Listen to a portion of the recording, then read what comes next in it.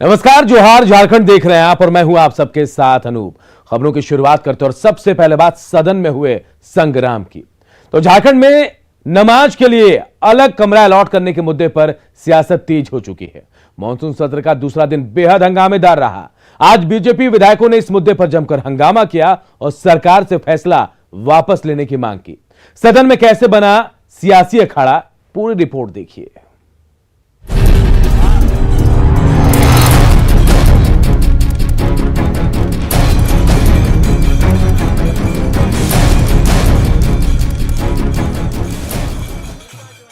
विधानसभा की सीढ़ियों पर बैठकर बीजेपी विधायकों का झलकुट्टन।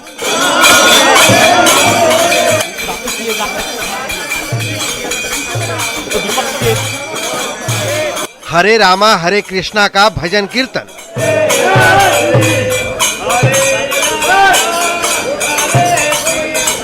विधायकों को नीरा यादव का चंदन टीका।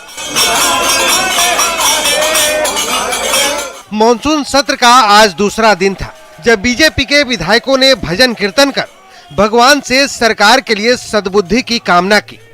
बीजेपी विधायकों ने विधानसभा के भीतर और बाहर नमाज कक्ष के मामले को लेकर जमकर विरोध जताया। तख्तियों को देखकर आप समझ सकते हैं कि बीजेपी विधायक नमाज कक्ष के मुद्दे पर किसी भी समझौते के मूड में नहीं है। बीजेपी की साफ साफ मांग है कि नमाज कक्ष के फैसले को वापस लिया जाए। विधानसभा के जो भवन होता है वो लोकतंत्र के वो मंदिर है, और इस मंदिर में और कोई दूसरा मंदिर बने तो यह भारतीय जनता पार्टी को यह बर्दाश्त नहीं है। और इसलिए हम सब ने यही कहा कि भाई आप ये जो आदेश कल आपने जारी किया है इसको वापस करें, यही तो मांग है। और जब मांग को नहीं मानते हैं तो स्वाभाविक है कि विधायकों का विरोध होना, और लोग विरोध करते हैं। दरअसल झारखंड विधानसभा भवन में नमाज अदा करने के लिए अलग कमरा अलॉट किया गया है, जिसे बीजेपी हेमंत सरकार की तुष्टीकरण नीति बता रही है और इसे दूसरे धर्मों की अनदेखी का आरोप लगा रही है। मुख्यमंत्री हेमंत सोरेन ने इस पूरे मामले पर कड़ी प्रतिक्रिया जाहिर की है और बीजेपी पर निशाना साधते हुए कहा है कि अगर मन में राक्षस हो तो सब जगह दुश्मन ही नजर आएंगे। जब दल के पास कोई मुद्दे नहीं रह जाते हैं ना, कोई टॉपिक नहीं रहता है, तो इसी तरीके का आचरण अपनाकर सदन को बाधित करने का उनका पहले से ही प्लान है। मन में अगर आस्था हो, भगवान हो, तो सब जगह है, लेकिन मन में अगर राक्षस हो तो सब जगह दुश्मनी दुश्मन। नमाज कक्ष के मुद्दे पर बीजेपी ने हेमंत सरकार के खिलाफ बड़ा आंदोलन छेड़ दिया है। 9 सितंबर को पार्टी का प्रतिनिधिमंडल राज्यपाल से मुलाकात भी करेगा और उन्हें सारे हालात की जानकारी देगा। है कि अगर आप नमाज अदा करने को लेकर कोई कमरा आवंटित कर सकते हैं तो मंदिर के लिए, हनुमान चालीसा के लिए, सरना धर्म मानने वाले लोगों के लिए प्रार्थना की व्यवस्था, उपासना की व्यवस्था क्यों नहीं हो सकती है। रांची से न्यूज़ 18 के लिए अविनाश कुमार की रिपोर्ट। और देखिए, सदन में न सिर्फ नमाज कक्ष बल्कि नियोजन नीति और रोजगार के मुद्दे पर भी जमकर हंगामा हुआ। लेकिन इसी हंगामे के बीच वित्त मंत्री ने 4,684 करोड़ का अनुपूरक बजट भी पेश किया। भारतीय जनता पार्टी की सरकार आई है, तब से ये महंगाई बढ़ी है। ये तस्वीरें झारखंड विधानसभा की हैं, जहां मॉनसून सत्र का दूसरा दिन हंगामे की भेंट चढ़ गया। नियोजन नीति और रोजगार के मुद्दे पर बीजेपी सदस्यों ने जमकर हंगामा किया। दरअसल कार्य मंत्रणा समिति में महंगाई और रोजगार के मुद्दे पर चर्चा पर सहमति बनी थी, लेकिन जब बहस की बारी आई तो सिर्फ महंगाई पर होने लगी, जिसका विपक्षी सदस्यों ने विरोध किया और रोजगार के मुद्दे पर चर्चा की मांग करने लगे। इसे लेकर बीजेपी विधायक वेल में आ गए और रिपोर्टर टेबल और कुर्सी पर चढ़ गए। चर्चा हो सकती थी कि हम बेरोजगारी पर चर्चा करते, हम उद्योग पर चर्चा करते, लेकिन कार्य मंत्रणा के मीटिंग के निर्णय के बाद भी विषय को बदल दिया गया। एक गलत परंपरा का प्रारंभ हुआ है। विपक्ष रोजगार और नियोजन नीति पर बहस की मांग कर रहा था। बीजेपी ने सरकार पर युवाओं को ठगने का आरोप लगाया और तुरंत नियोजन नीति को रद्द करने की मांग की। जिन मुद्दों को लेकर सरकार चर्चा करती रही है, जो झारखंड मुक्ति मोर्चा 1932 और खतियन का और अंतिम सर्वे की बात करता रहा है, वो सदन में आने के बाद, सरकार के आने के बाद ये चीजें भूल गई और स्थानीय नीति, नियोजन नीति बिना स्पष्ट किए हुए अपनी बातों को आगे ले जाने की तैयारी कर रहे हैं। जो इस सरकार ने 1985 का कट ऑफ डेट का जो पूर्व की सरकार ने नियोजन नीति बनाई थी, इस सरकार ने उसको रद्द कर दिया और अब बहाली के लिए यहाँ दरवाजा खोल दिया। आज की वर्तमान सरकार ने सारे चीजों को ध्वस्त करके और झारखंड के नौजवानों के साथ छल किया है। पार्टी उसका विरोध कर रही है, इसलिए सरकार से बार बार मांग कर रही है भाई जो उन्होंने नियोजन नीति बनाई है, सरकार इसको वापस करनी चाहिए। वहीं सरकार ने बीजेपी पर महंगाई के मुद्दे पर बहस से भागने का आरोप लगाया और साथ ही कहा कि महंगाई और रोजगार एक ही मुद्दे हैं। तो महंगाई से जुड़ा हुआ रोजगार जो है जुड़ा हुआ है। एक उदाहरण दूंगा, लॉकडाउन हुआ, लोग घरों में सिमट गए, उत्पादन कम हुआ, एम्प्लॉयमेंट कम हुआ कि नहीं हुआ। इधर स्वास्थ्य मंत्री ने सदन में बीजेपी सदस्यों के हंगामे पर निशाना साधा और सदन को शर्मसार करने का आरोप लगाया। वहीं बीजेपी विधायकों के हंगामे पर स्पीकर भी नाराज दिखाई दिए। जब सदन चलता है तब तक ये लोग इसी तरह का आचरण करते हैं, तो मुझे लगता है कि ये इस पवित्र मंदिर को शर्मसार कर रहे हैं और अपने नैतिक मूल्यों को खो रहे हैं। सदन की कार्यवाही हंगामे की भेंट चढ़ गई, लेकिन हंगामे के बीच वित्त मंत्री ने 4,684 करोड़ का अनुपूरक बजट पेश किया। अविनाश कुमार, न्यूज़ 18, रांची। इधर इस पूरे प्रकरण के बीच बीजेपी के प्रदेश अध्यक्ष दीपक प्रकाश ने कहा कि हेमंत सरकार जो है वो मोहम्मद बिन तुगलक की तरह काम कर रही है। दुमका के इंडोर स्टेडियम में बीजेपी के धरना में दीपक प्रकाश शामिल हुए, जहां उन्होंने विधानसभा भवन में नमाज पढ़ने के लिए कमरा आवंटन का विरोध किया। उन्होंने कहा कि अगर इस फैसले को वापस नहीं लिया जाएगा तो बीजेपी राज्य भर में उग्र आंदोलन करेगी। 8 सितंबर को बीजेपी विधानसभा का घेराव करेगी, फिर राज्यपाल को ज्ञापन भी सौंपा जाएगा।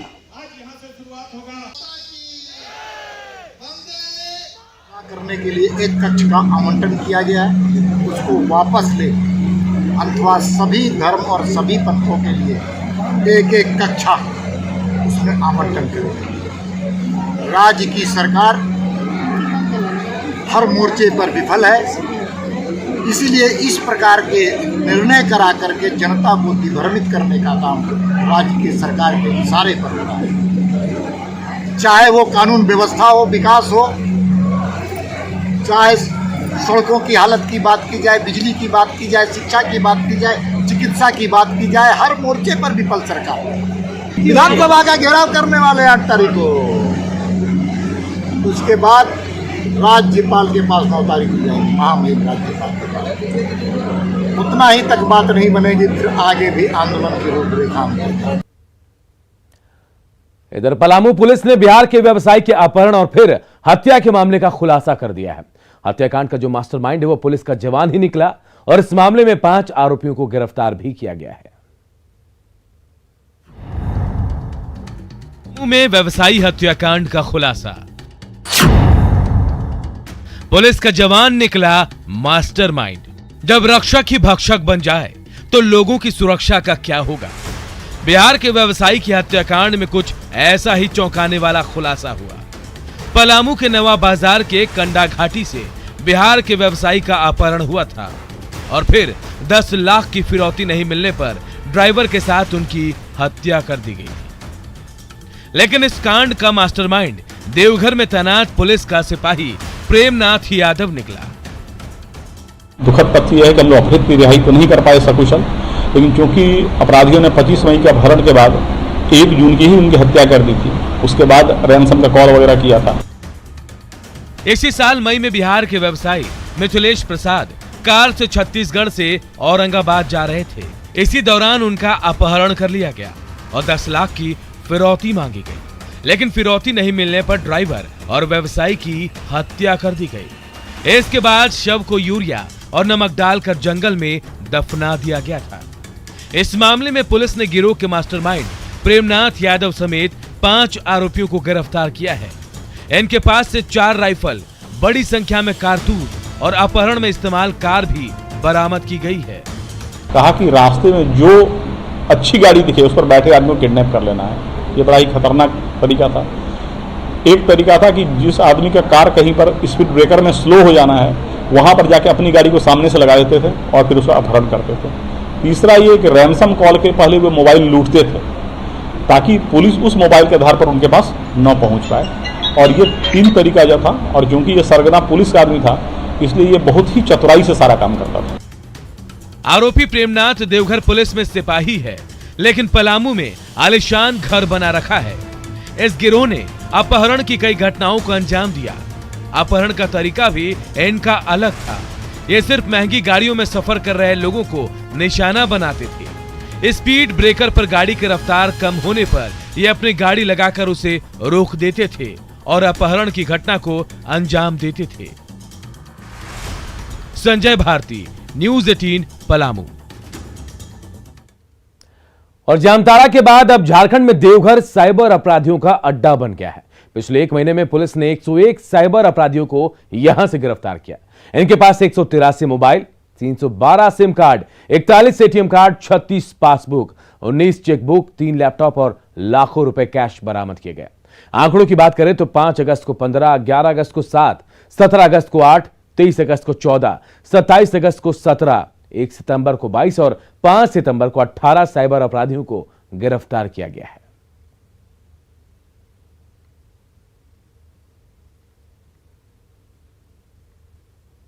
पीड़ित करीब करीब सभी राज्य के हैं।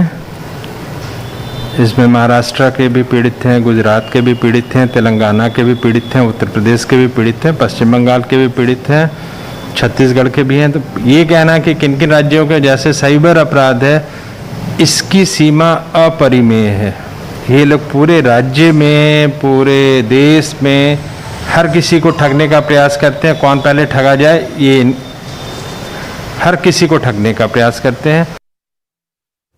पलामू के हुसैनाबाद में कस्तूरबा बालिका विद्यालय में बड़ा हादसा हो गया है। स्कूल की बालकनी का पूरा हिस्सा नीचे गिर गया और उसके साथ छात्राएं भी नीचे गिर गई। इस हादसे में 6 छात्राएं घायल हुए हैं। इनमें से 4 की हालत काफी गंभीर है। उन्हें मेदिनीनगर के एमएमसीएच में रेफर किया गया है। घटना तब घटी जब बालकनी में छात्राएं खड़ी थी और अचानक से बालकनी का हिस्सा टूटकर गिर गया। घटना के बाद से छात्राओं में दहशत है। हैरानी की बात तो यह है कि यह हाल उस बिल्डिंग का हुआ जिसका निर्माण 2 महीने पहले ही हुआ था। 1 करोड़ 48 लाख की लागत से बना भवन 2 महीने भी ठीक से नहीं चल सका। अब इस मामले में विधायक कमलेश सिंह ने कहा इसकी जांच होनी चाहिए और पूरा पैसा वसूल करना चाहिए।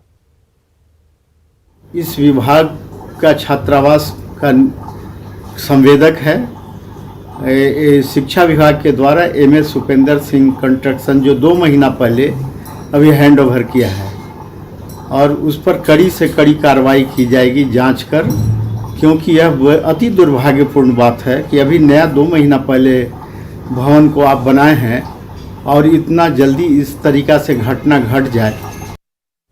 और आइए अब देखते हैं झारखंड 2020।